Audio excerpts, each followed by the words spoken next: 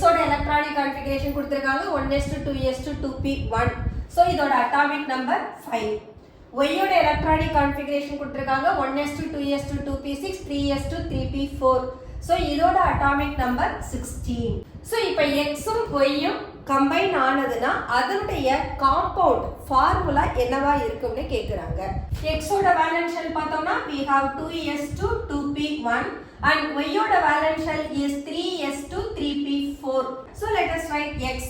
எக்ஸோட valence shell electron 3, ஒய்யோட valence shell electron பார்த்தோம்னா 6 னு இருக்கு. ஆக்சுவலா இந்த 6 நாம 8ல இருந்து லெஸ் பண்ணோம்னா we will get 2. So this 2 will be the valency of y. Appo we can take it as 2. We can do the crisscross method. இத crisscross பண்ணோம்னா we will get x2 y3.